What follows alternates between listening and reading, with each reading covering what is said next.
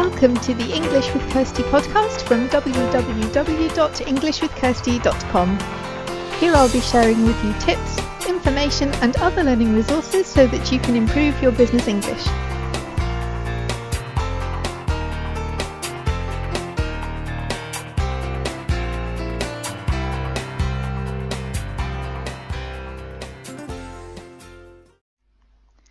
Hi and welcome to episode 161 of the English with Kirsty podcast. And it's really just a short episode today because I wanted to tell you about something that I've been doing as a language learner and also something that can help you, because I think when we are experienced language learners, we can get into a bit of a comfortable environment with our language learning. We know what we like, we know what works for us, and we know what's comfortable, because at the beginning you're so busy learning. Like when I started learning Turkish, for example, I had to find out which websites I liked, which books, which podcasts, which YouTube channels, whatever it was. I tried lots of different activities to find out which resources worked for me. But then when you've been doing something for a while, you just get comfortable, and sometimes think you get complacent as well, because you think, oh yeah, I can do this. And that's kind of how I felt with German as well, because I use German all the time at work. It's normal for me to be speaking to customers in German, arranging things, even writing marketing materials in German. It's normal. It's part of my everyday life now. But recently I went to a networking event. It was online. It was something for women with their own businesses in Germany. And I'm not in Germany, but I have a lot of customers there, so I joined the group. And they had a new idea, which meant that you are put in pairs with somebody, hopefully somebody that you don't know.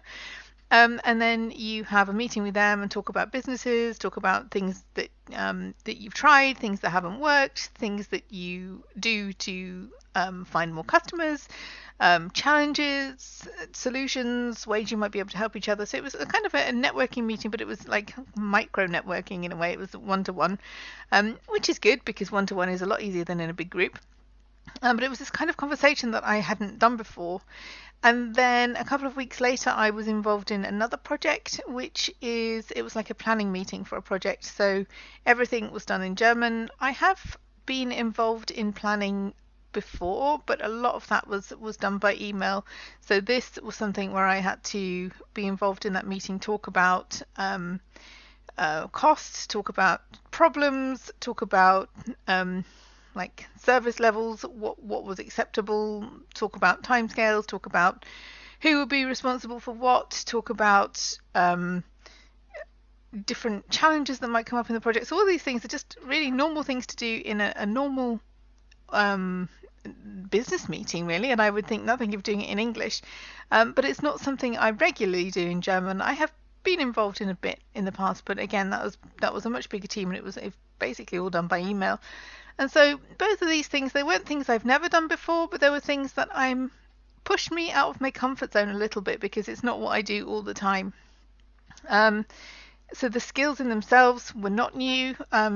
Doing that in another language was a little bit more uncomfortable for me, because I thought, because I use German all the time at work, then anything I have to do in German would be fine. But both of these meetings before them, I thought, oh, will I be able to do this?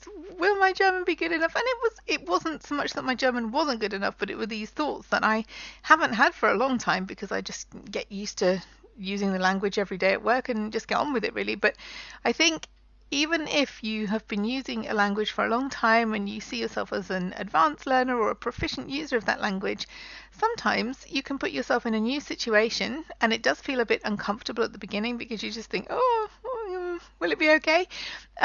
But at the same time, that is really good for you, because it helps you, it challenges you, it makes you use the knowledge that you have in a different way, especially if you're somebody. So for me, it's always going to be around speaking and never around writing, because I prefer to write than to speak. But for you, it may be the other way around. You may speak to people all the time, but then have to, I don't know, be asked to write a guest blog article and hate it because you don't like writing in another language. So it will be different for everybody. It's not just about speaking. It could be about writing. It could be about going to a networking event in another language.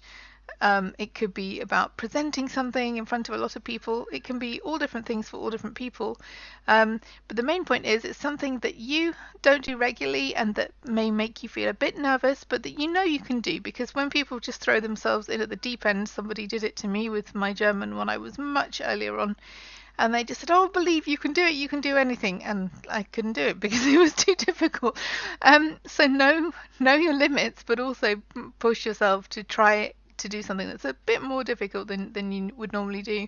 And if you do that, it's surprising how you can rise to the challenge and think, okay, yeah, I can do this.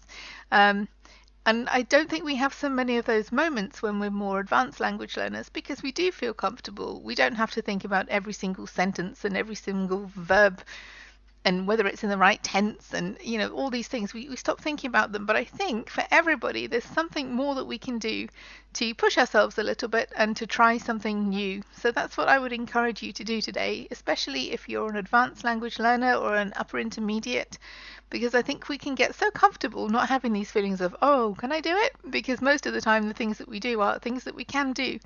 So I would encourage you to try that. If you want to let me know what that was and how it went, you can send an email to podcast@englishwithkirsty.com. And whether or not you share what that was, I would just encourage you this week to think about something that you could do that's maybe new, maybe feels a bit uncomfortable, but that will help you to improve your language levels, or just to show yourself that you can do it. You can do this thing that you've maybe been avoiding or thinking, oh, I would never be able to do that. So good luck with that if that's what you decide to do. Have a good week and have fun learning English. I hope you enjoyed this episode of the English with Kirsty podcast. If you have any questions or comments, my email address is kirsty@englishwithkirsty.com, or you can go to www.englishwithkirsty.com/podcast, where you'll find information about the individual episodes.